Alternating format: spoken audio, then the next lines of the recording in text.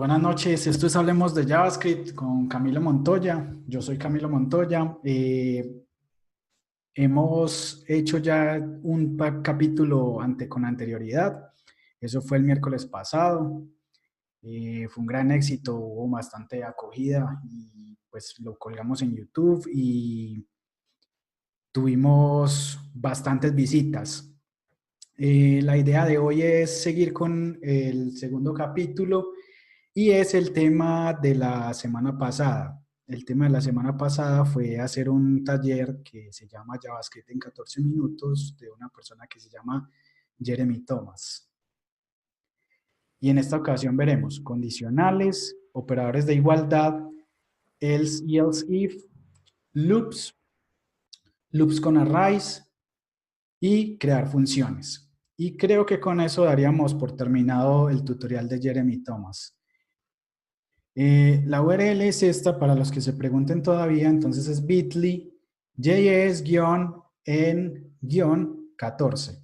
¿Por qué? Porque se llama en 14 minutos, pero realmente pues es una falacia, no es posible hacer este tutorial en tan poquito tiempo. Hace una semana nos tardamos 1 hora y solo hicimos la mitad del tutorial. Bueno, es probable que si ya habían iniciado el tutorial, entonces les aparezca este link de acá, donde dice que parece que has estado acá antes. Entonces podemos arrancarlo desde acá. Las personas que no, entonces simplemente traten de seguirnos en el streaming y luego lo pueden hacer. La última parte que hicimos la semana pasada fue verificar estos arrays y hacerles push a los arrays para incluir más elementos en el array. En la última edición lo que hicimos fue crear una variable con este array que tiene los elementos 2 más 5, que obviamente hace la operación matemática, el string samurai y el booleano true. Y luego hicimos alert de esto. Recuerden que debemos de sacar la consola de JavaScript, debemos de desplegarla y entonces vamos a trabajar en ella. Para desplegar esa consola, simplemente vamos acá a las opciones de Chrome. Yo voy a usar Chrome. Y acá en More Tools, vamos a ir a Developer Tools.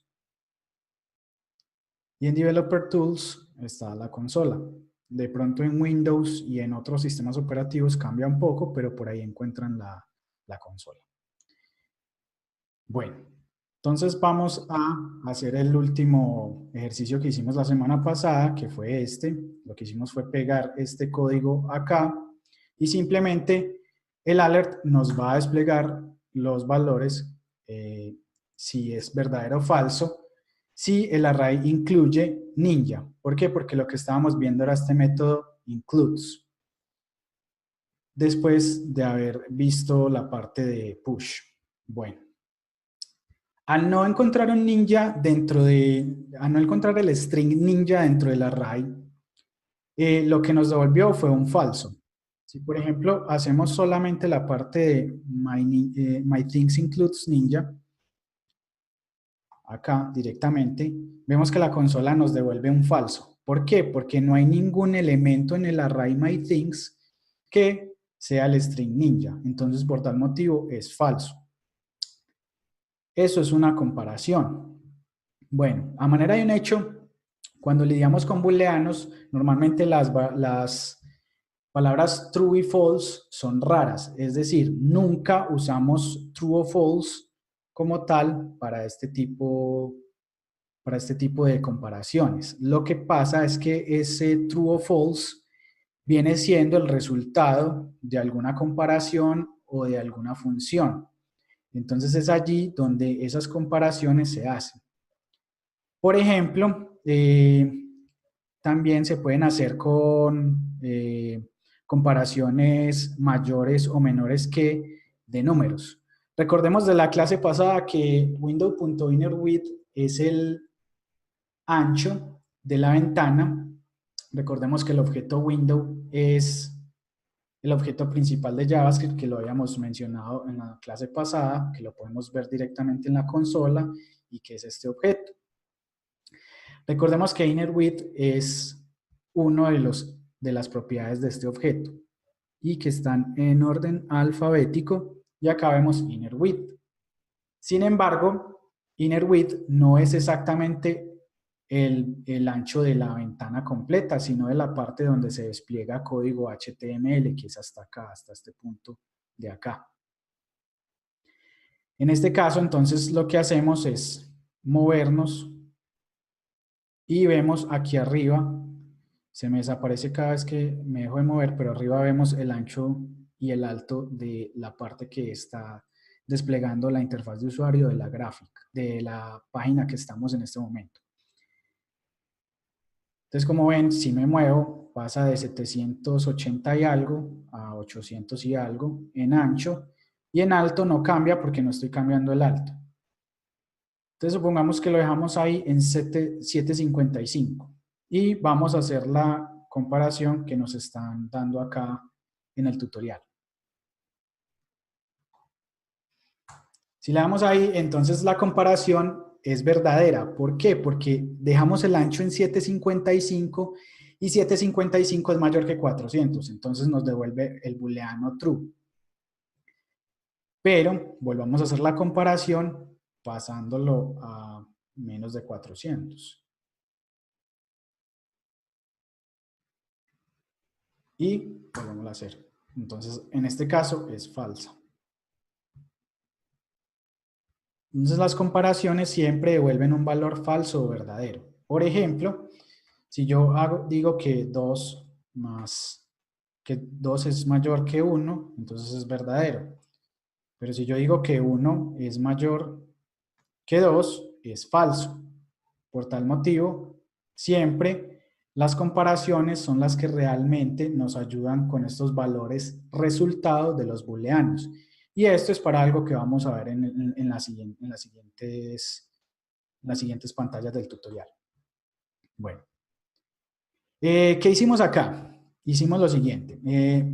Parece que el ancho es mayor que 400 píxeles. En este caso, escribimos al principio window.innerWidth mayor a 400, window.innerWidth. Luego pusimos el operador de comparación mayor que, y luego pusimos el valor 400. En este caso, como el más y el porcentaje, que es en un asterisco, como ellos, también el mayor que es un operador matemático, pero siempre que hacemos una comparación nos va a devolver o verdadera o falsa. Cuando hacemos dicha comparación con el mayor que, con el operador mayor que, obtenemos un valor booleano, que es lo que vimos acá. Como el resultado de la comparación tiene dos salidas, verdadero o falso, es entonces muy útil tener código que toma decisiones. En este caso, condicionales. Entonces, los condicionales son una forma más importante o el concepto más importante en programación. ¿Por qué? Porque en programación lo que hacemos es que tomamos decisiones y esas decisiones abren ramas por las cuales se va a seguir en nuestro código. Esas ramas determinan qué debe hacer nuestro código o no, y es lo que más, en lo que se basa casi toda la programación. De hecho, por ahí dicen que la inteligencia artificial todavía son un montón de ifs y else. Entonces, veamos cómo es de grande y de importante crear ramas en nuestro código. Ramas donde puede seguir el código por un lado, por un bloque o por el otro. Bueno, ellos permiten que el código ejecute ciertos comandos si ciertas condiciones se cumplen. Por ejemplo, tenemos esta comparación acá. Recuerden que en la clase pasada vimos window.location y aquí tenemos el hostname. Entonces vamos a ver que tiene window.location. Entonces volvemos a Window y miremos qué tiene en su propiedad Location. Entonces en Location tenemos otro objeto. Recuerden que esto es anidamiento de objetos. También lo vimos la clase pasada. Para los que no vieron la clase pasada, está en YouTube y los links los he compartido en mis redes sociales. Y en Location tenemos Hostname. Y Hostname tiene jgthms.com. Y eso es el dominio de esta página. Entonces lo que vamos a hacer es verificar, vamos a hacer una comparación y vamos a tomar una decisión. ¿Qué decisión vamos a tomar? Si el dominio de esta página es jgthms.com, vamos a desplegar una alerta que dice, bienvenido a mi dominio. Entonces vamos a hacerlo.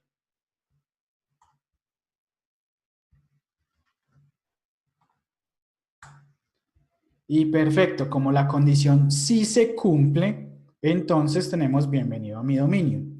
Vamos a ver la comparación como tal. Si damos Enter acá, nos va a entregar un True. Entonces, como la condición sí se cumplió, sí nos muestra la alerta. Y si no se cumple, entonces, si no se hubiera cumplido, entonces no se hubiera mostrado. Vamos, por ejemplo, a Google.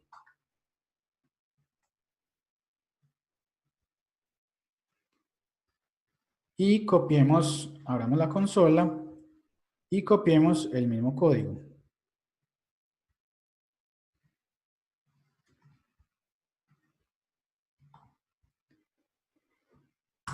En este caso, nunca se mostró la alerta porque no es el mismo dominio. Y si analizamos solamente la expresión que hay acá, podemos verificar que es falsa.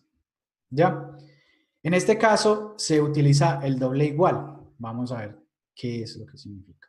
Entonces, el doble igual es un operador también, pero también es un operador de comparación. En este caso, lo que hicimos fue escribir la palabra reservada if, que significa sí. Abrimos un paréntesis, colocamos la comparación, luego cerramos el paréntesis, abrimos una llave, en Colombia lo llamamos llave, pero es curly bracket, no sé cómo lo llamen en otros países de habla hispana. Entramos un bloque de código, entonces fíjense que acá podemos ingresar un bloque de código grande. Por ejemplo, yo también puedo decirle a este bloque de código, hace eso, pero aparte, hazme console log.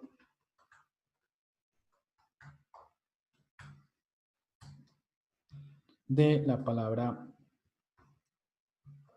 hola. Entonces, lo primero que se va a ejecutar es el alert. El alert es un elemento bloqueante en el navegador y por lo tanto todavía no se ha desplegado hola acá. Simplemente se va a desplegar cuando haga clic en OK. Y acá aparece el hola. El undefined es el retorno de console.log. Y por eso no tiene undefined, porque console.log lo único que hace es desplegar el mensaje en la consola, pero no tiene ningún retorno la función como tal. Eso también lo vimos la clase pasada en una de las preguntas que hicieron uno de los participantes. Bueno, voy a mirar el chat un momento para ver cómo vamos. Ok.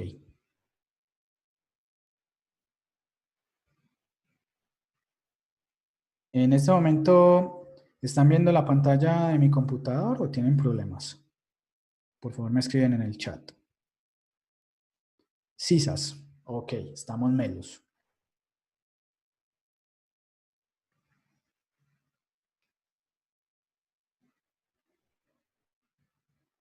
Listo. Entonces, ¿qué pasó acá? Acá lo que hicimos fue con esta configuración de un condicional, podemos estar seguros que solo uno de las dos alertas podría pasarse. Ah, bueno, aquí estamos haciendo otro código. Hay un error en el tutorial y empecé a desplegar alertas acá y por algún motivo se saltó pasos. Entonces vamos al paso donde estaba. El paso donde estaba era este. Era este, a ver, era este de Welcome to my domain. Listo. Estamos haciendo una comparación y lo que tenemos aquí es el operador doble igual.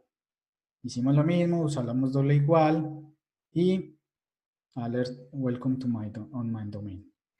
Pero ahora, ¿qué pasará entonces que pasó esto? Entonces, por ejemplo, si ponemos que es diferente, podemos usar este operador que es diferente que. Aquí hay una cosa. Resulta que el símbolo de admiración en JavaScript es una negación. Y para negar una comparación, lo que hacemos es, miren que anteriormente teníamos el doble igual. ¿De acuerdo?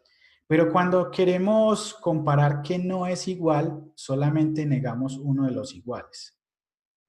Y entonces obtenemos este operador de negación. Entonces acá lo que vamos a hacer es lo siguiente. Vamos a verificar si se despliega la alerta o no. Fíjense que la condición es que el hostname no sea el que es de la página actual. Entonces vamos a ello. Y no pasó nada. ¿Por qué? Porque no se cumplió la condición. Si reviso nuevamente la condición en la consola, entonces lo que obtengo es falso. ¿Por qué? Porque mi hostname realmente es ese y lo que yo quiero es que sea diferente. ¿Qué pasaría entonces si lo hago en Google? Vamos a volver a Google nuevamente. Entonces en Google pasaría lo siguiente. Si despliega el alert. ¿Por qué? Porque este dominio no es jgthms.com. Qué dominio tan complicado de decir. Bueno, entonces nos mostraba una alerta que dice, por favor, vuelve pronto. Listo.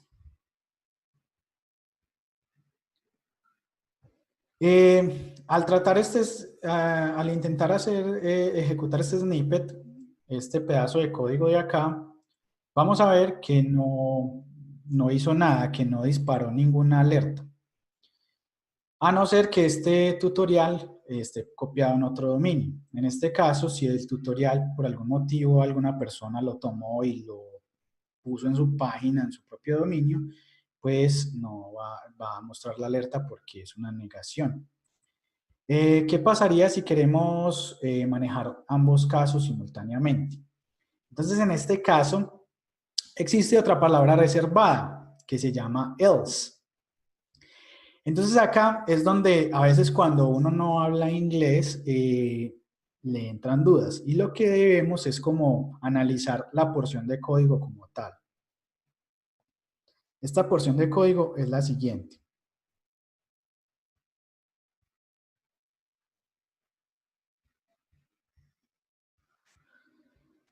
Si vamos a traducirlo como al español un poco. Si se cumple la condición que está dentro del paréntesis, que es la siguiente, que el window...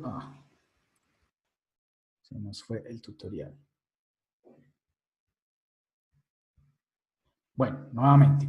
Si se cumple la condición que está dentro del paréntesis, que es que el dominio sea jgthms.com,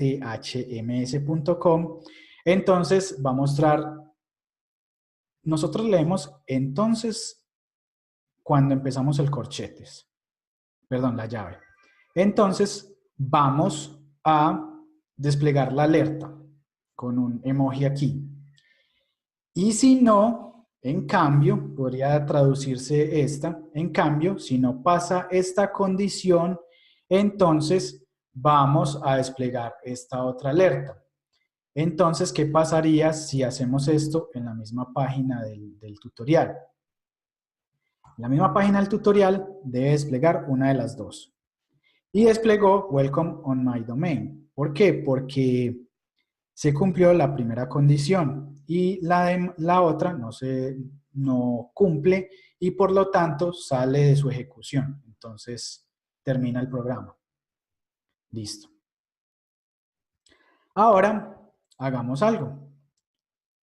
Hagámosla en otra página, en este caso nuevamente en Google. Entonces, si lo hago en Google, dice, por favor, vuelve nuevamente. ¿Por qué? Porque la primera condición no se cumplió, que es que está esperando que sea el mismo dominio del tutorial, pero si se cumple, que sea otro dominio diferente a este. Entonces, despliega la alerta, por favor, vuelve pronto. Please come back soon. Listo. Sigamos con el tutorial. A ver, se me había adelantado el tutorial unos pocos pasos porque con todos los alerts que hice ahorita, más temprano. Voy a revisar un poquito el chat para ver cómo están. Y hay una pregunta que si se usa doble o triple negación. Ahorita la respondo. Recuerden que al final es la sesión de preguntas. Bueno, entonces, con esta condición podemos estar seguros que solo una de las dos partes se va a ejecutar. En este caso, se ejecutó la primera en este dominio y en Google se ejecutó la segunda. Al menos una de las alertas debió haberse mostrado. Y esto es porque estamos cubriendo todos los casos. Cuando else es, dado que else es útil para cubrir todos los casos que restan, es decir, todos los casos que son diferentes a este, se pueden abarcar con el else en este escenario en particular. Pero, ¿qué pasa cuando tenemos varios casos? En esos casos, combinamos la palabra else con la palabra if. Y entonces podemos hacer varias comparaciones y si estas se cumplen, entonces el código tendría más de dos ramas. En este caso, en el primer if, tenía dos ramas porque esta era una rama si se cumplía la condición y esta era la segunda rama si se cumplía la segunda condición o cualquiera de las que no fuera satisfactoria a esta comparación que hacemos acá. En este caso, entonces, tenemos tres comparaciones. Entonces, lo que vamos a hacer son comparaciones con el inner with, una propiedad del objeto window que ya hemos usado. En esta vamos a hacer la comparación de si inner with es mayor que 2000, entonces vamos a desplegar big screen con un emoji de fuego. Si no se cumple, pero si de pronto se cumple que el inner with es menor a 600, entonces va a desplegar esta otra alerta que dice probablemente estás en un teléfono móvil con un emoji de un iPhone. Y si ninguno de estos dos casos se cumple, pero es cualquiera de los otros, entonces nos va a decir que es un tamaño decente de pantalla. Bueno, vamos a ver primero, ¿qué tamaño de pantalla tenemos y qué debería de pasar? Entonces la pantalla la vamos a dejar en 800 píxeles. Y ejecutemos este código a ver qué pasa.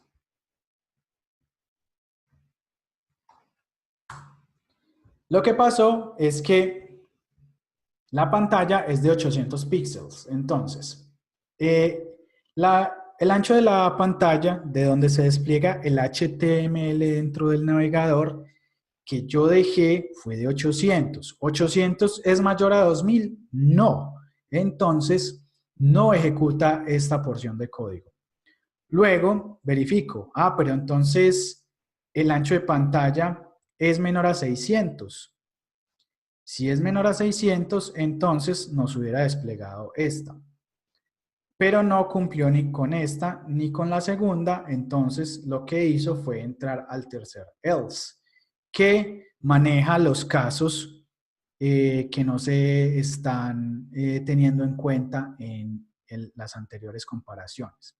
Y en este caso, ¿qué hizo? Fue desplegar decent size. Entonces, decent size es lo que vemos acá. Pero entonces, volvamos un momentico allá. Hagamos una cosa, pasémoslo a más de 2000, que en este caso creo que no se va a cumplir. Entonces, pasémoslo primero a menor a 600, que está acá. Y volvámoslo a ejecutar. En este caso dice, probablemente estás en un teléfono móvil. ¿De acuerdo? Porque está menor a 600. Entonces, miremos algo. ¿Qué valor dejamos acá? Dejamos 482. Listo. Volvámoslo a comparar. Entonces, ¿es 482 mayor a 2000? No. No nos muestra Big Screen. ¿Es menor a 600? Sí. Entonces, entra acá y dice, te voy a desplegar la alerta que dice probably a mobile phone. Entonces, te muestra el alert. Luego dice, no cumplió las anteriores. Sí cumplió la segunda. Entonces, este tercer bloque de código nunca se ejecutará.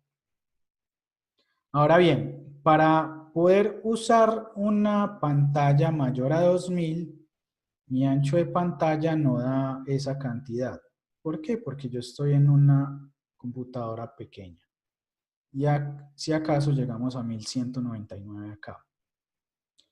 Pero, ¿qué podemos hacer? Podemos usar la vista responsive y podemos darle acá 2001 píxeles. Y podemos volver a ejecutar esto. Pasemos nuevamente acá para que me quede espacio en la consola. Y luego volvamos acá a 2001 píxeles. 2001. Listo, ya tenemos un tamaño de 2001 píxeles y volvamos a ejecutar el código. Entonces lo que nos dice es Big Screen. ¿Por qué? Porque la screen está midiendo 2001 píxeles. Y si verifico ese valor acá en la consola, entonces obtenemos 2001. Vamos a hacer aquí. 2001 es lo que obtengo. Bueno, debemos de usar la vista responsive y sigamos centrándonos en nuestro tutorial. Bueno, tan pronto una comparación retorne verdadero, se va a disparar el bloque de código que esté dentro del if que cumpla esa condición.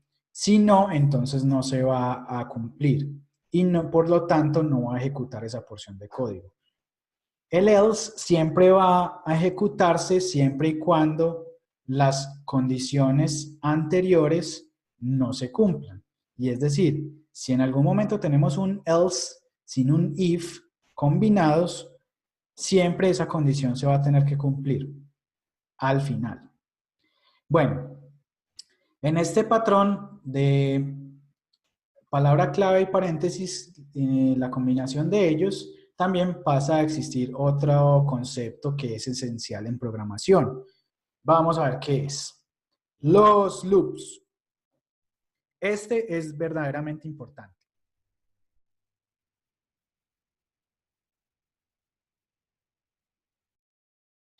¿Qué pasa con este concepto? Recuerden que el tutorial tiene unas etiquetas acá donde habla de conceptos, habla de conocimientos y habla de otros tipos de conocimientos que obtenemos a través del tutorial. Entonces, en este caso, lo que vamos a obtener es un concepto. Este concepto muchas veces es propio de JavaScript y otras veces es propio de todos los lenguajes de programación. Los loops los usan todos los lenguajes de programación. Entonces, ¿qué pasa cuando un código yo lo quiero ejecutar varias veces? ¿Tengo que repetir el código? No, no tengo que repetir el código. Lo que tengo que hacer es un loop. En este caso vamos a ver el loop for y está conformado por la palabra for, que es una palabra reservada, y dentro de un paréntesis, dentro de paréntesis hay tres parámetros que significan lo siguiente. Primero, una variable que se inicia en cero, indicando que va a ser un contador. El segundo, una comparación que debe cumplirse siempre y cuando, queramos parar el loop en cierta condición. En este caso, el loop quiere parar cuando la condición es que i sea menor que 3. Entonces, en este caso, siempre se va a ejecutar cuando i sea menor que 3. Y en el tercer parámetro, lo que vamos a hacer es incrementar el contador.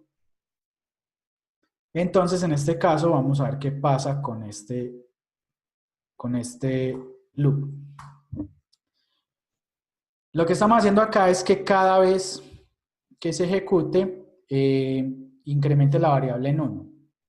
Entonces, la primera ejecución, como empieza en 0, va a ser un alert de i, y i está en el valor 0. Al dar OK, pasa a 1 porque ya iteró una vez, es decir, dio una vuelta al ciclo de ese loop, al primer ciclo de ese loop. Y tenemos el valor 1. Luego damos OK nuevamente y tenemos el valor de 2. Ahora debería incrementar a 3, pero como la condición dice que i debe ser menor que 3 para poder seguir ejecutando el loop, entonces nos va a parar. Y ahí tenemos un loop. Entonces hubo exactamente 3 cajas de alerta. ¿Y qué pasó? Entonces, en la posición, cuando la i era igual a 0, era el estado inicial, porque miren que acá la inicio en 0. Antes de que el loop empieza, la variable i tiene asignado ese valor. ¿Por qué? Porque el loop no empieza sino cuando se ejecuta desde acá, desde la llave. Y fue asignado el valor 0. Luego, si la condición se cumple de que i sea menor a 3, entonces en cada iteración en donde esta comparación de la mitad se cumpla, el loop se va a ejecutar. En i++ es donde incrementamos la variable. Y en este caso, los valores se incrementan en 1. Más es un operador también. Y lo que hace es incrementar las variables en 1. Entonces, si por ejemplo, creamos una variable que se llame mi variable y le ponemos el valor 0, luego podemos decir mi variable más y va a incrementarlo. Pero ¿por qué no se ve inmediatamente? Porque más se ejecuta después. Entonces, el valor de mi variable es 1. Si volvemos a ejecutar mi variable más, me va a mostrar el 1 anterior y va a incrementar en 1. Entonces, si volvemos a ver el valor de mi variable, será 2. Cosa diferente si usamos el operador adelante. Si usamos el operador adelante, siempre se va a incrementar inmediatamente. Entonces, si doy más mi variable, pasa a 3. Si doy más mi variable, pasa a 4. Y si doy más mi variable, pasa a 5. Y eso es lo que hace el operador más, incrementar un valor numérico en 1. Bueno, y aquí fue como lo implementamos. Entonces, para hacer el primer loop que encontramos, entonces es la palabra reservada for. Lo que hacemos es abrir paréntesis, poner el estado inicial del contador que nos va a controlar el loop o que nos va a controlar el ciclo. Luego, separamos ese parámetro con un punto y coma. Y el segundo parámetro va a ser una comparación, la cual va a controlar que el loop se salga. Bueno, ahora bien, escribimos otro punto y coma y luego escribimos el incremento de la variable.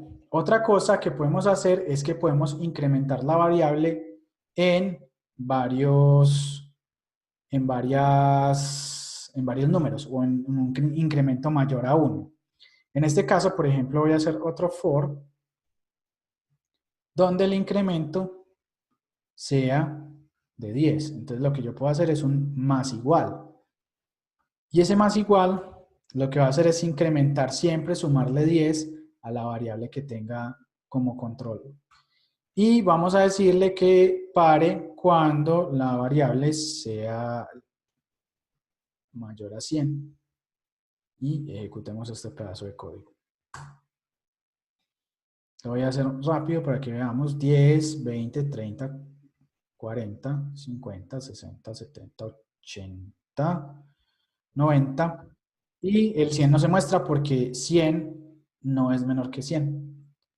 Entonces los incrementos también pueden ser mayores. Bueno. Analicemos entonces qué pasó con la primera iteración. Volvamos al otro for. Entonces, ¿qué pasó? Primero, el valor fue 0, que es el inicial. Y el test que vamos a hacer es si 0, que es el valor de la primera iteración, es menor a 3. Entonces debería de disparar la alerta. Sí, ¿por qué? Porque esto es verdadero. En la segunda iteración, entonces, se suma 1 a el valor de i, y en este caso obtendremos que i es igual a 1. Volvemos a hacer la comparación de la mitad, y es menor a 3, sí. Entonces se cumple y va a ejecutar el alert. Luego, la tercera comparación es, luego se incrementa en 1 nuevamente. La comparación entonces se haría con 2 porque ya se incrementó 1 nuevamente. 2 es menor que 3, sí, cumple y pasa otra vez a desplegar el alert. Y en la cuarta, entonces el valor de i pasa a ser 3 y 3 no es menor que 3, entonces no se muestra. Este loop nos habilitó para repetir varias veces la misma acción o para repetir el mismo código. En este caso, el código que repetimos fue alert, sin necesidad de hacer un alert 4 o 5 veces. Para todos los tipos de variables, bueno, hasta aquí ya para todos los tipos de variables las hemos cubierto. Sin embargo, hay una en particular que deberíamos de iterar. Y es los arrays. Los arrays se pueden iterar. Y para iterar los arrays, entonces, vamos a hacer lo siguiente. Bueno, ¿qué es iterar? Iterar es simplemente cada vuelta que se da al loop. Como es un ciclo, es algo que repite, repite, repite. Entonces, una iteración es uno de los pasos en los cuales se ejecutó el código o en una de las vueltas que se dio al loop. En este caso, por tal motivo, una iteración generalmente la van a ver en casi todos los lenguajes de programación con la letra i, pero ustedes pueden ponerle a la variable el nombre que quieran. Pero lo normal es que ustedes vean un loop, una variable reservada en cualquier lenguaje de programación que signifique loop, y si ven una variable i que se inicializa por algún motivo, es la variable de control del ciclo, y esa variable va a significar una iteración. Lo normal es que siempre se incremente de 1 en 1. Entonces, lo que vamos a hacer es lo siguiente con estos arrays. Los arrays son perfectos candidatos para hacer loops, porque en programación queremos repetir la misma acción por cada ítem de un array. Es decir, yo tengo una lista de objetos en un array y quiero hacer tareas con cada uno de esos elementos. Entonces, digamos que queremos disparar una alerta, una caja de alerta por cada ítem de un array. Cuando podríamos escribir varias veces la alerta, lo mejor es hacer una iteración del array. Entonces, en este caso, no sería efectivo hacer no sé, por ejemplo, tenemos un array de 10 elementos y hacer 10 alerts, pues no es tan rentable como hacer un loop a ese array, iterarlo y sacar y hacer con cada uno de los elementos alguna acción. Los lenguajes de programación están aquí para simplificarnos el trabajo. Vamos a ver una mejor manera de hacer las cosas con el length del array y aparte de eso con algo que conocemos que es el índice. Entonces en la clase pasada vimos que podemos acceder a un array con esta notación. Primero creamos el array y luego, sabiendo la posición de uno de sus elementos, obtendremos el elemento como tal. En este caso, creemos primero la variable myThings que tiene este array. Lo voy a hacer por pasos para que lo veamos. Esto lo vimos en la clase pasada, pero vamos a hacer un recordéis. Entonces, acabo de declarar el array myThings que tiene 7, samurai y true. En este caso, si quiero acceder, por ejemplo, a el 7, entonces puedo decir myThings y el índice del cual quiero. En este caso, el índice es 0. ¿Por qué el índice es 0? Porque en casi todos los lenguajes de programación, los índices de los arrays inician en 0. Por tal motivo, me está desplegando acá el 7. Bueno, entonces ya que hicimos el repaso, vamos a ejecutar el código de acá. ¿Qué traduce este código? Este código traduce, estoy declarando primero un array que va a obtener, estoy declarando una variable. El nombre de la variable se llama myThings y su valor va a ser el array que contiene esta parte de acá. ¿Qué contiene ese array? Contiene un primer elemento que es la suma de 2 más 5. Obviamente JavaScript va a ser la operación matemática que está ahí adentro. Luego tiene el segundo elemento que es samurai, el string samurai, y luego tiene el booleano true. Lo que vamos a hacer es lo siguiente, vamos a hacer un for loop que inicializa en 0 su variable de control o de iteración y vamos a verificar que esa variable myThings sea siempre menor que el tamaño del array. Recuerden que el length ya lo habíamos visto. Recuerden que la mejor forma de entender qué significa algo en JavaScript es ir a la Mozilla Developer Network y buscar length. En este caso es array length. Y el método lo que hace es entregarte el tamaño o el número de elementos que tiene el array. Bueno, volvamos a esto. Entonces ejecutemos el código. Lo primero que nos muestra es alert. Entonces lo que hizo fue lo siguiente. La variable se inicializa en 0 y ejecuta su primera iteración. ¿Qué pasa? Que i es 0 y me va a mostrar lo que haya en myThings en su posición 0. En este caso es 7 el resultado de la operación. Doy OK, la variable pasa a 1 y en este caso en la posición 1 tenemos el string samurai. Luego doy OK y pasa a la posición 2 y en la posición 2 tenemos true y eso fue lo que hizo. Luego el tamaño del array es 3 y por consiguiente no va a ejecutar nada más. Entonces, para verificar que el tamaño del array sí fue 3, vamos nuevamente a myThings y pongamos .length. Y acá nos muestra la consola de que myThings tiene un tamaño de 3. De hecho, esto sucede en Chrome, el solo hecho de escribir myThings y ni siquiera darle Enter ya nos dice que el tamaño del array es de 3. Y nos muestra como tal el array completo.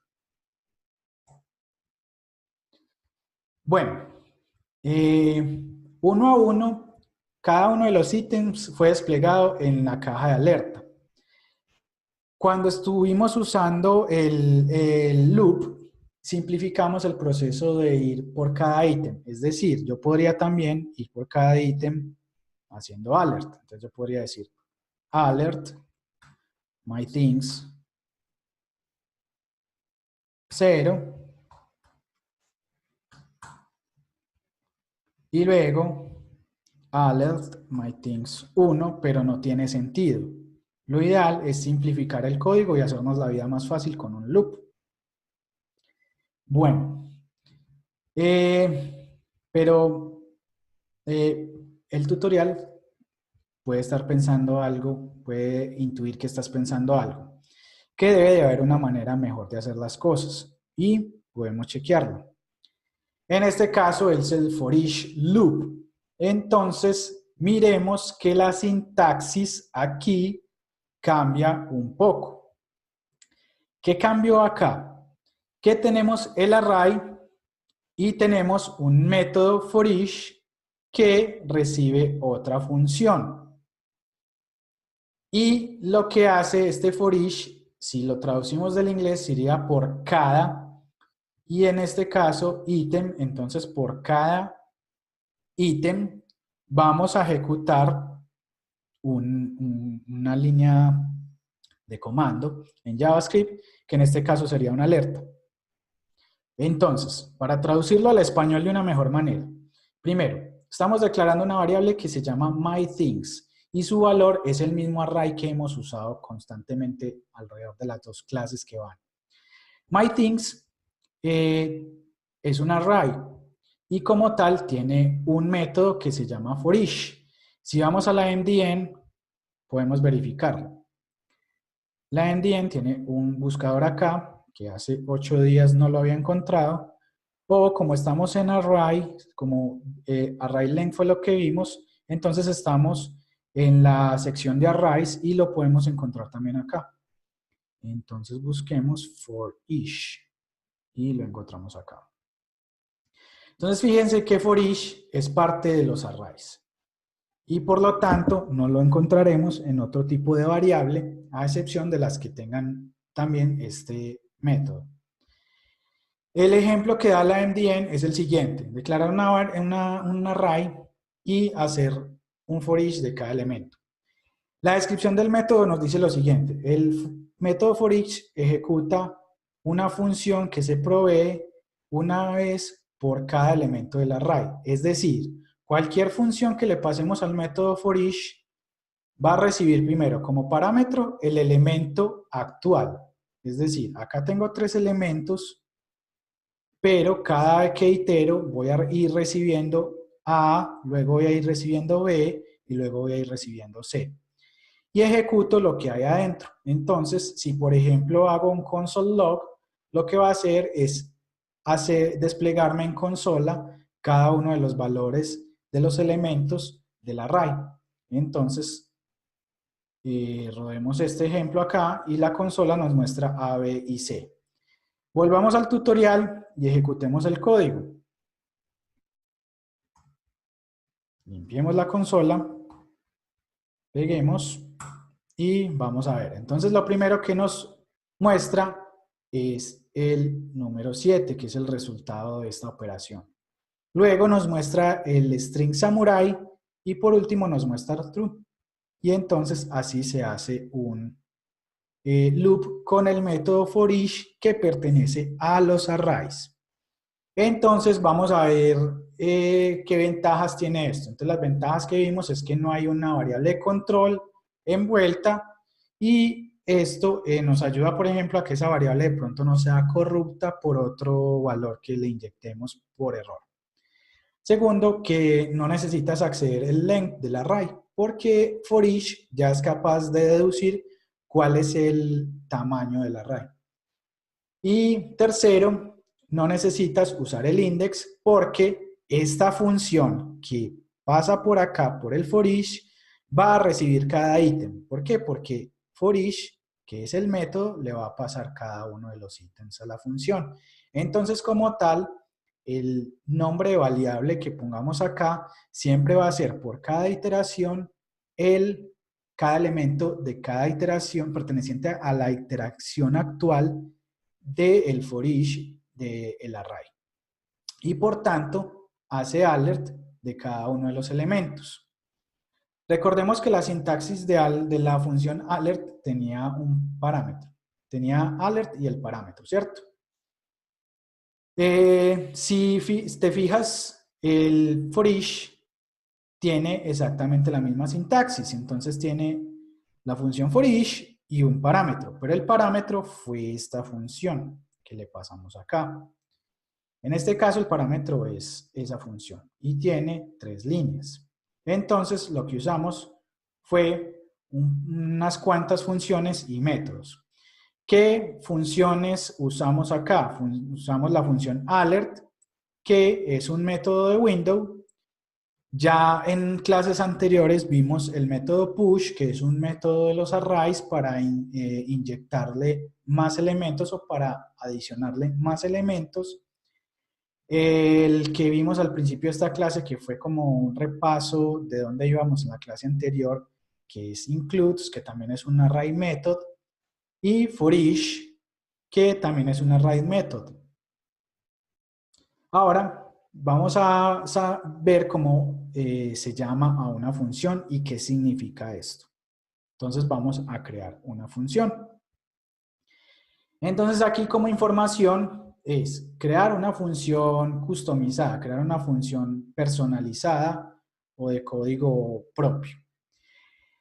El poder de la programación, de los lenguajes de programación, es la habilidad de crear tus propias funciones. Y esto satisface tus necesidades o que satisfagan esas necesidades. Recuerda que la palabra clave paréntesis, la palabra clave y combinación que usamos anteriormente era if, else y for. Y estamos viendo un patrón acá. ¿Qué patrón estamos viendo? Que todas estas palabras siempre van seguidas después de unos paréntesis con los parámetros o con las expresiones que vamos a evaluar o con las comparaciones. Y luego vemos que empieza con unas llaves y termina con unas llaves.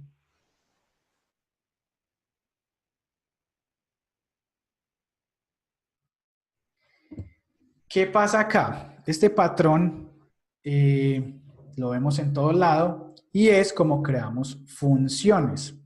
Entonces, por ejemplo, creemos una función que se llame greet y que tenga un parámetro que se llame name.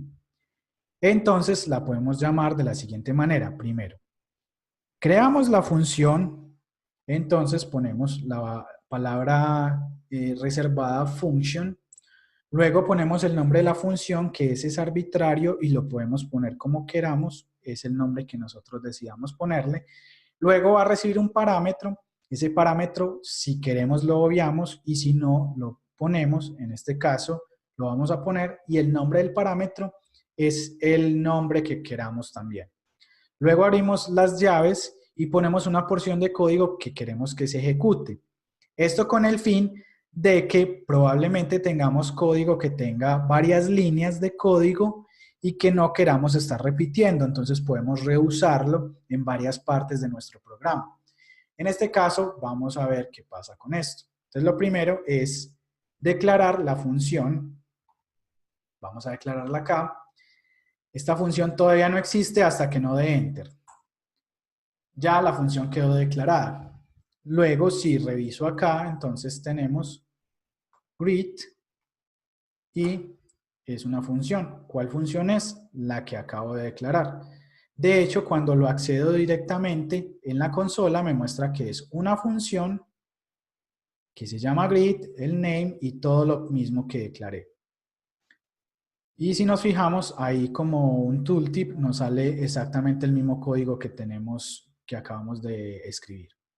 Luego podemos llamar la función, pero para llamar a la función es necesario usar los paréntesis. Entonces, este greet solo es la declaración de la función y es lo que nos va a desplegar. Pero yo quiero llamar a la función, entonces voy a hacerlo con paréntesis. Pero ¿qué pasa? Que tiene un parámetro y ese parámetro es obligatorio. Entonces, en este caso, vamos a pasarle el nombre Alex, que está allá a la izquierda, y ejecutamos. Entonces, ¿qué se ejecutó? Primero, pasamos por acá, name, aquí pasa a ser Alex, el string Alex, y luego creamos dentro de la función, se me fue acá, console, dentro de la función tenemos una declaración de una variable dentro de esa misma función que se llama message, y message lo que hace es ser igual a hey there más name. En este caso ese más que está acá significa concatenación. Y lo que hace es pegar este mensaje con el string que tengamos acá. Luego, la alerta lo que va a hacer es desplegar todo el string que tengamos en la variable mensaje. Y al ejecutar, entonces nos muestra, hey there, Alex. ¿Por qué? Porque lo que hizo fue concatenar este string hey there con el string que venga en la variable como tal. Y nos despliega la segunda parte de la función, que es un alert message con el string. Ok. Entonces, hemos creado una función. Es simple y podemos aprender bastante con esto. Notemos algunas cosas. El nombre de la función fue greet. El parámetro es name, pero es una variable y puede ser la que tú quieras, el nombre que tú quieras elegir. Creamos una variable message y lo que hizo message fue guardar un string y lo que le pasáramos a name, en ese caso fue Alex, y lo que hace es este más concatenar los strings o combinarlos, en este caso fue pegarlos, es decir, pegamos header, que es un string, con Alex, que se guardó en la variable name cuando ejecutamos la función. Y bueno, entonces estamos llamando, por ejemplo, como llamamos a alert, la llamamos con los dos paréntesis. Acá lo que hacemos es llamar la función con los dos paréntesis, tal cual como hemos hecho con alert. De hecho, acá tenemos un ejemplo. Y así es como se llaman a las funciones. Entonces, la diferencia es, si solo accedo a greet como tal, es una variable y lo que hace es guardar una función. En este caso es la función como tal que declaré antes. Pero si quiero realmente ejecutar esa función, lo que debo hacer es llamarla. En este caso fue con Alex. Entonces, la diferencia entre el llamado está entre estos paréntesis. Significa ejecutar o no ejecutar la función. Simplemente ver su declaración. Bueno. A menos que llamemos a greet, al final nada pasa. Es decir, cuando yo declaré solo la función, no la llamé y como tal no pasó nada. Y su valor es undefined porque no tiene ningún retorno. Entonces por eso no pasó nada. Pero al llamarla sí pasa que ejecuta con el alert. ¿De acuerdo? Entonces esa es la diferencia entre las dos. Es importante entender que las funciones tienen dos pasos en el proceso. Crearlas primero y luego llamarlas, que fue lo que acabo de explicar. Entonces, crearlas y luego llamarlas. Un hecho es que alert es una función que hemos estado usando alrededor de todos los tutoriales, los dos que llevamos, y solo existe dentro del browser. Y bueno, entonces hemos cubierto bastante de este tutorial. Nos pasamos 12 minutos, pero era mejor terminarlo que dejar algo para el siguiente. Entonces, lo que voy a hacer es tomar un poquito de agüita y en 2 minutos arrancamos con las preguntas. A las 8:27, Aníbal Ortega pregunta, ¿no debería decir triple igual? Bueno, hay una cosa con el triple igual. Resulta que JavaScript tiene un tipado suave o tiene un tipado que no es tan estricto. Esos tipos siempre van ligados al valor de la variable y nunca van ligados a la variable como tal. Cuando tú declaras alguna variable en JavaScript, Lo que JavaScript trata de deducir es qué quieres hacer con esa variable. Es decir, si por ejemplo creas una variable que tenga el número 1, entonces JavaScript lo que va a deducir, tú quieres guardar un entero y es el número 1. Y como tal, JavaScript le pone el tipo number. Sin embargo, como JavaScript tiene ese tipado suave y no te exige exactamente poner el tipo de variable que vas a crear, como en otros lenguajes de programación, por ejemplo, en Java, si tú vas a crear una variable de tipo número, tú debes de ponerle primero qué tipo de número es. De hecho, los números en Java tienen subtipos. Están los enteros, están los flotantes, etc. Entonces, ¿qué pasa con JavaScript? Que lo que hace es tratar de deducir qué quieres guardar en la variable. Y esto se llama coerción. La coerción lo que hace es tratar de convertir las variables en lo que supuestamente el desarrollador quiere hacer. Es decir, si por ejemplo tú pones un 1, entonces va a convertirlo en número. Pero si por ejemplo pones el string 1, entonces va a decir que es un string.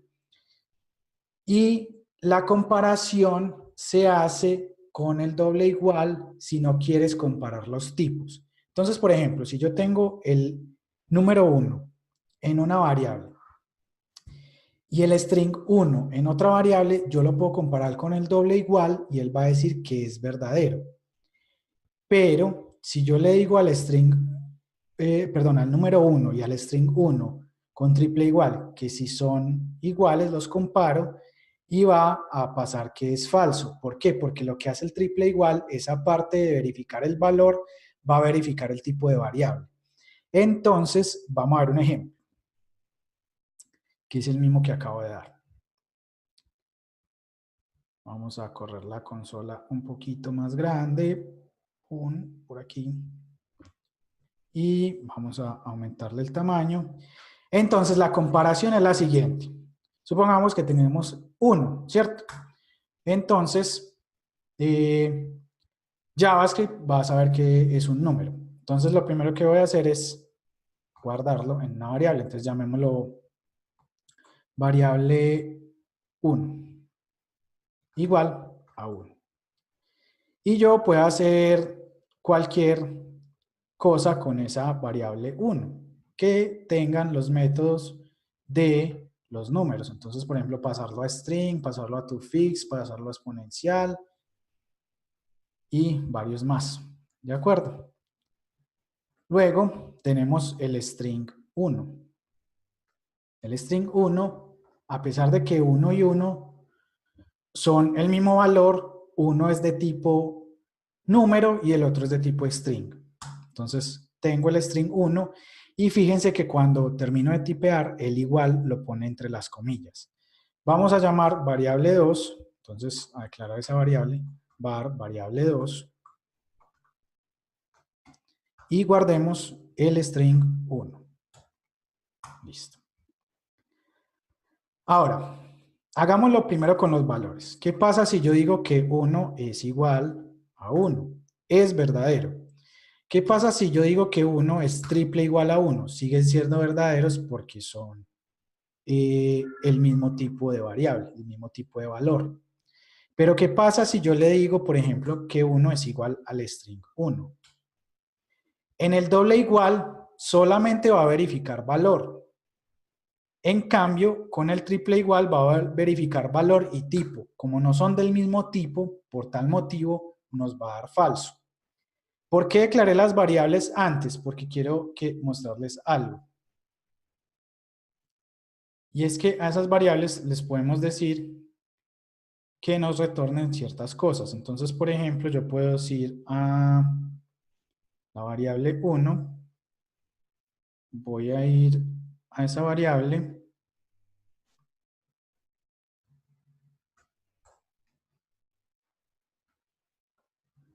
le voy a decir en su prototipo, bueno, voy a ir a number, voy a decirle al prototype de number que cree un creo una función que se devuelva a sí mismo. Entonces voy a crear una función que diga return me. Esto es un tema un poquito avanzado. Y ese return me va a ser una función que lo que retorna es this. Entonces voy a retornar this. Listo. Bueno, entonces cuando declaro la variable 1, volvamos a declarar, la variable del número 1, y es de tipo number, entonces si por ejemplo verifico type of variable 1, él me dice que es de tipo number, ¿cierto?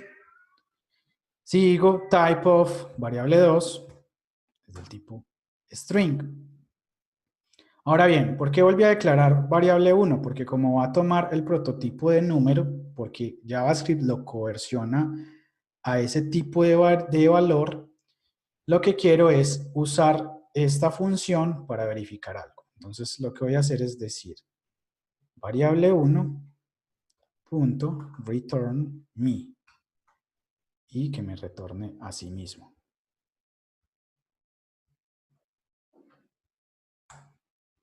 ¿Qué pasó acá? Fíjense que acá no me devuelve el valor como tal, me devuelve es exactamente la coerción a número de la variable 1.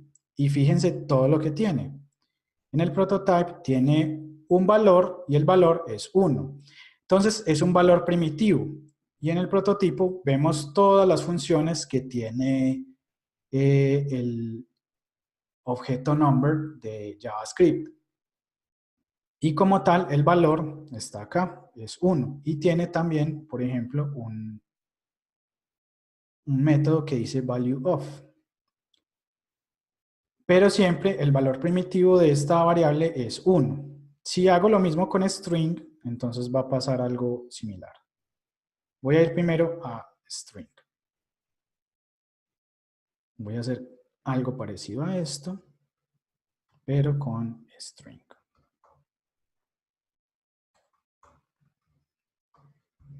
Listo. Y volvamos a declarar la variable 2 para que tome también este paso. Variable 2, string 1. Y luego hagamos variable 2 punto return me. Si vemos return me es la función que creé antes y si la llamamos me retorna todo el objeto como tal. ¿De qué tipo es el objeto? Es de tipo string. ¿Y qué tiene? Entonces tiene un elemento en su posición 0 que es el 1. ¿Qué tamaño tiene? Fíjense que acá están los métodos y las propiedades de los strings y nos devuelve el tamaño 1 del string. ¿Y qué valor tiene por defecto? Tiene por defecto un valor primitivo que JavaScript supuso que era un string y con el carácter 1. Por tal motivo, el triple igual no es igual al doble igual. Siempre verifica tipos y lo que hace es la comparación de todo esto. Entonces lo que verifica es el tipo, que es este, y lo que verifica el valor, que es el valor que viene acá. Ya, entonces esa es la diferencia. No sé si los confundí más o fue suficiente aclaración. Bueno, sigamos con otra pregunta. Si estamos viendo tu pantalla, casi pregunta, ¿es doble igual o debe ser triple? Ya respondí la pregunta. Ah, bueno, con la negación pasa algo parecido. Entonces, volvamos acá. Entonces tenemos, él va a hacer la comparación de las dos cosas. Entonces, supongamos que me vuelvo hasta donde iba. No sé si sale. Bueno, no sale. Volvamos a hacerlo. Es 1 diferente a 1. Esto es falso. Porque 1 sí es igual a 1. Una verdad matemática. Es 1 triple igual, triple diferente a 1. Este es similar al triple igual, pero es su inverso. Esto es falso. Y eso tiene que ver con la parte de coerción. Bueno, ¿por qué? Porque 1 sí es igual a 1, entonces no es falso que 1 sea diferente a 1. Bueno, ¿qué pasa entonces ya con los strings? Entonces pasemos esto a un string. Es 1 diferente es el número 1 diferente al string 1. Esto es falso. ¿Por qué? Porque la comparación la estoy haciendo contra el valor. ¿Cuál es el valor del string? Es 1. ¿Cuál es el valor del número? 1. Entonces, decir que 1 es diferente al string 1 con solamente una negación y un igual es falso. Pero ¿qué pasa cuando le pongo el triple igual? Entonces aquí se hace la comparación de tipo. Entonces, ¿el valor es igual? Sí, sí es igual, ahí sería falso. Pero el tipo es igual, no, este es un número, este es un string, y por lo tanto, 1 diferente a 1 es verdadero. Entonces, he ahí la diferencia también. Bueno, sigamos por acá. Por ahí ya habían respondido que verifica el tipo de dato. Por ahí compartieron una URL donde se hablan de eso precisamente en la MDN, en la Mozilla Developer Network. Bueno, al contrario, triple igual requiere guardar de valores y de tipo de dato. Por acá estaban diciendo. Pregunta, ¿qué es mejor, utilizar if anidados o los switch case? Pregunta José Banguera. Y luego José Banguera dice, sé que no tocaste los switch case, pero quisiera saber en temas de rendimiento cuál sería la mejor práctica. Y la segunda pregunta dice, ¿cuándo es mejor utilizar los doble igual y los triple igual? Eso ya lo respondí. ¿Y cuáles son las mejores prácticas? Bueno, si no están, actualmente han oído hablar de TypeScript. TypeScript es un superset de JavaScript y él sí maneja tipos y es un poco más estricto con los tipos. Es simplemente JavaScript, pero más estricto con los tipos de variable. En ese caso, no necesitan los triple igual, pues porque ya se supone que hay tipos y entonces todos los doble igual pues van a dar diferentes con el ejemplo, por ejemplo, que di. Pero en JavaScript como tal, JavaScript plano y puro, puede ser usando cualquier framework, pero no estás usando ningún superset de tipos en JavaScript. Lo ideal sería que usaras el triple igual para que evites coerción y para que compares realmente valor y tipo al mismo tiempo. Claro está que hay casos en los que debes de usar triple igual, hay casos en los que debes de usar doble igual. Dependiendo del caso, es bueno que uses el uno o el otro. Pero si quieres una manera estricta de hacerlo, es mejor con el triple igual. Con respecto al switch case, los switch case tienen mejor rendimiento porque son exactamente los escenarios manejados sin necesidad de hacer el else if o el if else. O poner varios else if, else if, else if, else if. ¿Por qué? Porque lo que hace en el compilador, el switch case, es de una vez compilar cada rama específica de los casos que tiene el switch. En cambio, lo que hace con un if else, else if, else if, else if, lo que va a hacer con esto es siempre hacer la comparación. En cambio, con el case ya tiene el valor exacto del escenario que debe manejar. Y para eso, después de compilación, es más rentable para la máquina de JavaScript hacerlo con switch case que con if y else. Bueno, ¿existe alguna guía de buenas prácticas en JavaScript donde, por ejemplo, puedas saber si en general es mejor usar espacios o tabs o cómo nombrar variables, etcétera?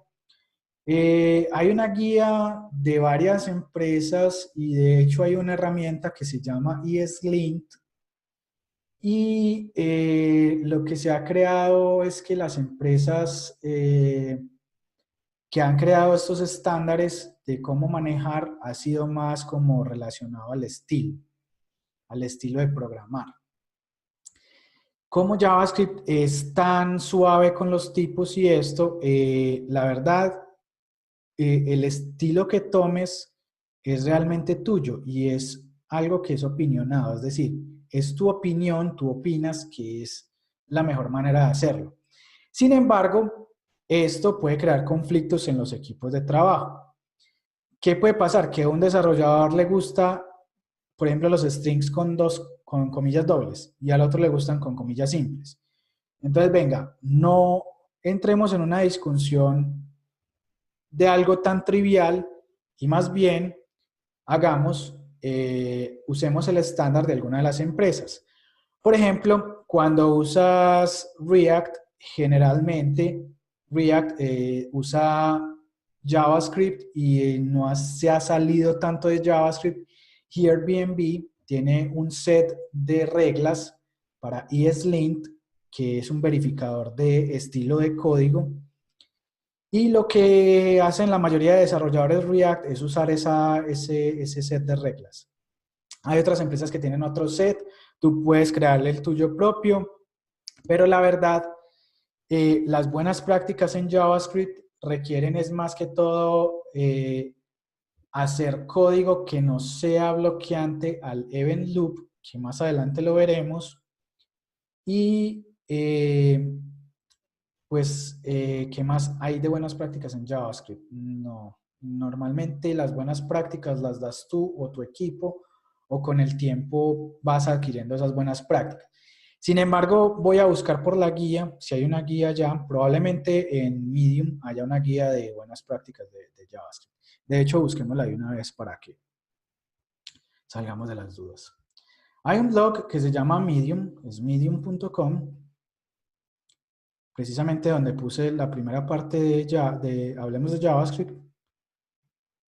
Y por acá podemos buscar qué buenas prácticas hay. Porque Medium es excelente. Porque Medium, muchos desarrolladores lo tomaron como plataforma de blogging para documentar casos o para hablar de temas de programación o lo que sea. Bueno, JavaScript. Podemos buscar JavaScript. Practices.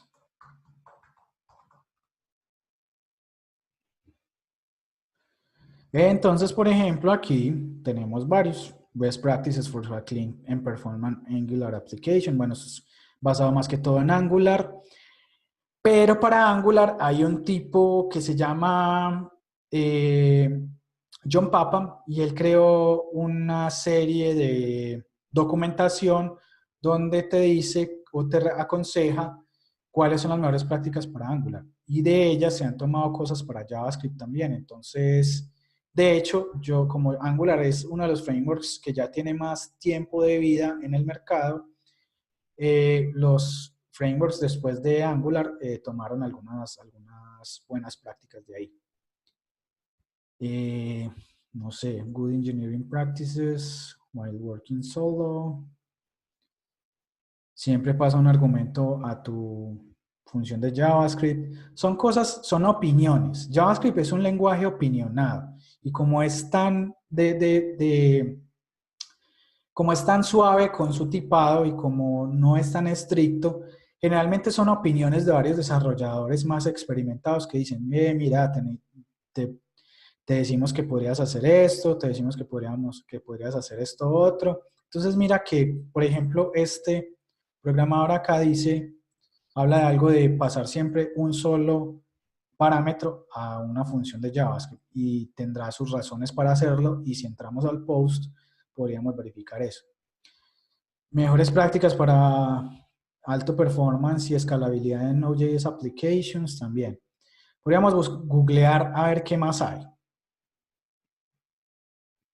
La verdad, esa pregunta no la respondo exactamente porque tras 10 o más de 10 años haciendo JavaScript, he aprendido de todas las personas con las que he trabajado. Entonces, nunca he buscado como tal una guía práctica de JavaScript, no. A ver, mejores prácticas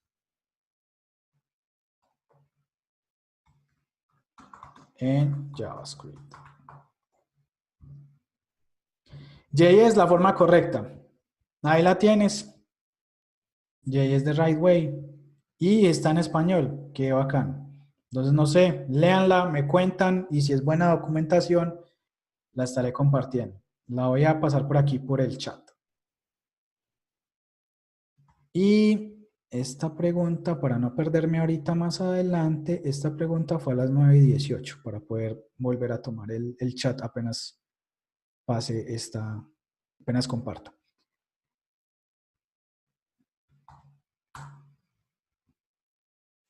Listo.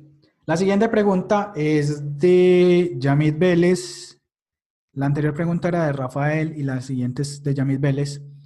Y dice, supongo que en cuestión de rendimiento es mejor usar array for each que crear un for, o es más por comodidad. Nunca lo he comprobado, pero siempre he escuchado que los métodos de los arrays que sirven para iterarlos son mejores que los loops que tiene el lenguaje como tal y tienen mejor performance. Es más, creería que for each, al recibir un callback, lo que haría sería, hay algo que se llama call stack dentro del event loop de los navegadores que manejan JavaScript, que es el event loop, manejando ya, la máquina virtual manejando un loop donde pasa tareas. Y hay algo que se llama call stack. Entonces supongo que for each, por ejemplo, no bloquearía el loop porque cada vez que itera a un elemento del array, lo que hace es llamar a la función que estamos pasando por ahí como callback. Cuando pasas una función como parámetro de otra, eso es un callback. ¿Y qué pasa con ese callback? Al ser una función que luego se llama, entonces el call stack va llamando función por función. Entonces ahí es mi intuición, más no lo estoy asegurando, pero y he escuchado siempre que los array methods, sobre todo para iterarlos, son mucho más performantes que los ciclos for, while y do while, por ejemplo. Por comodidad, si fuera por comodidad, creería que uno al principio pues es más fácil un for y un while que un for each, porque el hecho de tener un callback me genera un montón de preguntas, como las que se deben de estar preguntando en este momento las personas que están todavía muy nuevas en el lenguaje.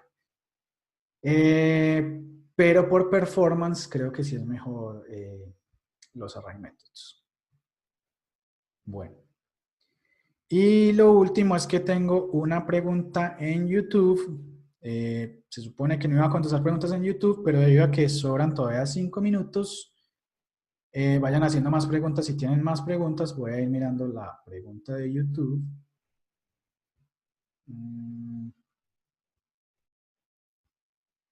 No tengo aquí abierto el live streaming de hoy.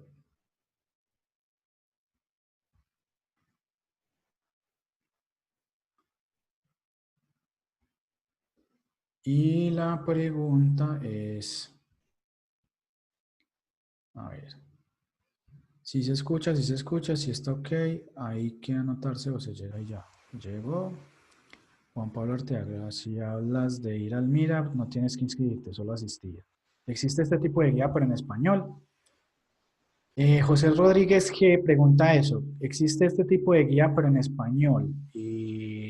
¿Cuál guía? ¿Será la de MDN? Si es la de MDN, sí, sí está en español. Y de hecho, muchas personas ayudan a traducirla.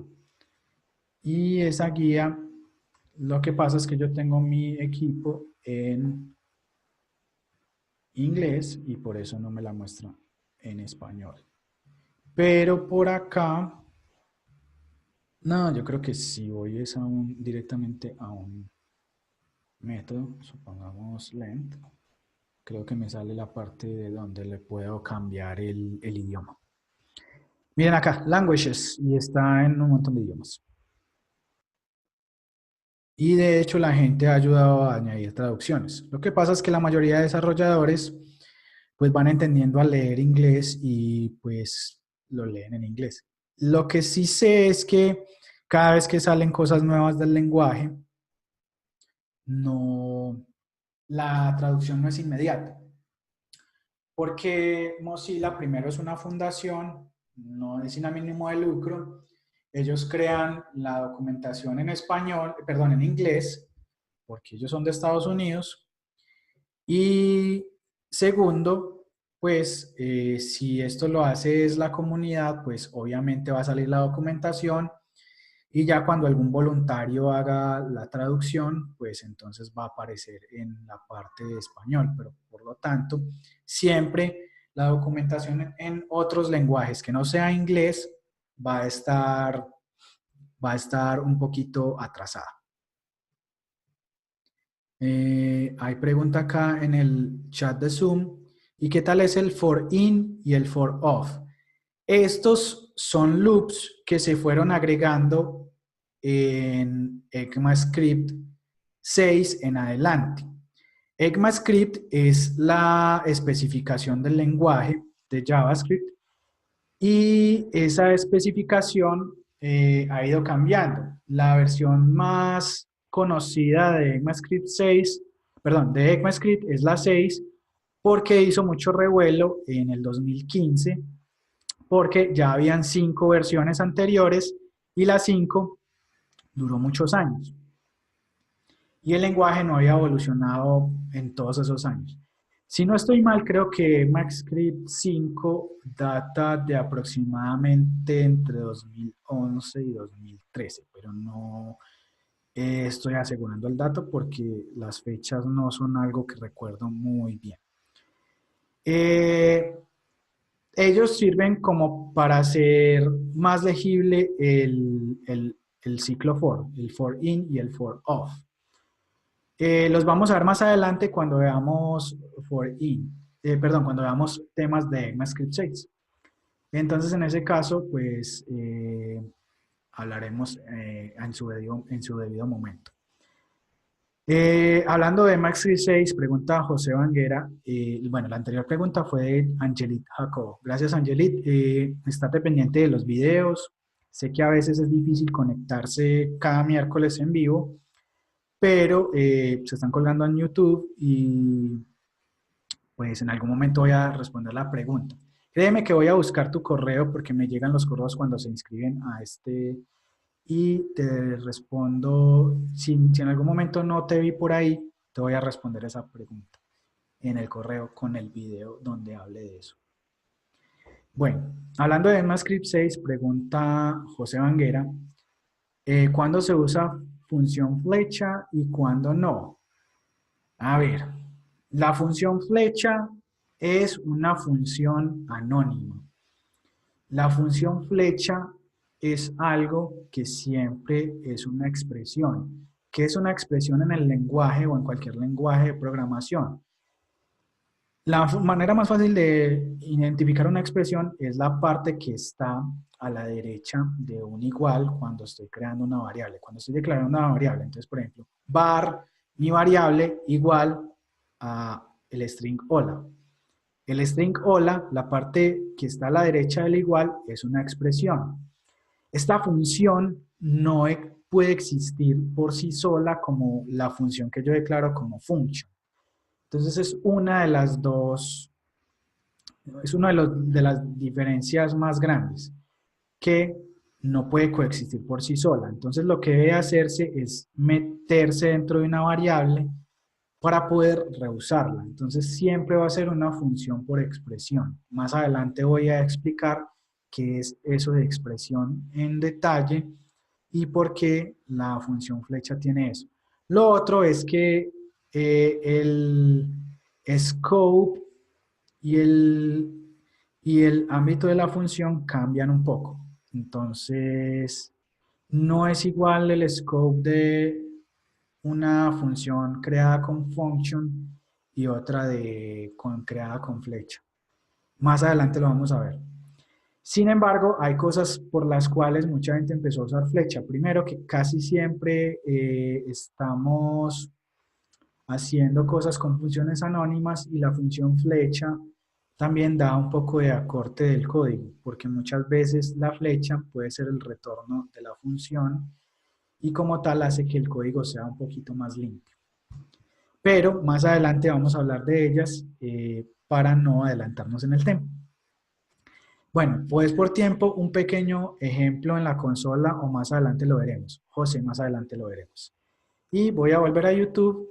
Ya estamos pasaditos del tiempo, pero voy a volver a YouTube si hay otra pregunta. Y no hay otra pregunta. Entonces, tampoco hay comentarios.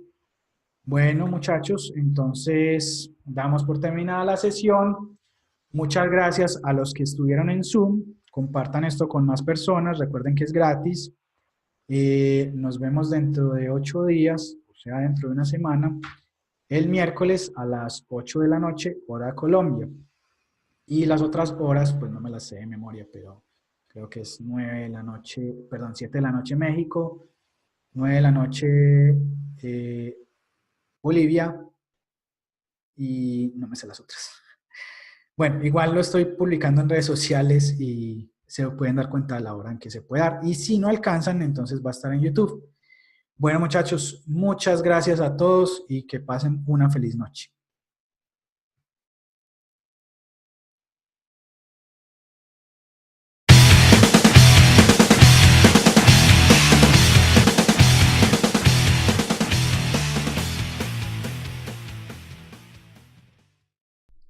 Hola, espero que te haya gustado este video. Mis redes sociales están aquí a la izquierda tuya para que puedas seguirme.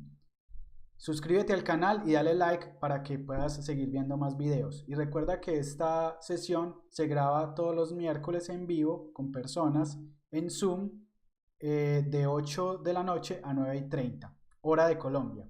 Chao, chao.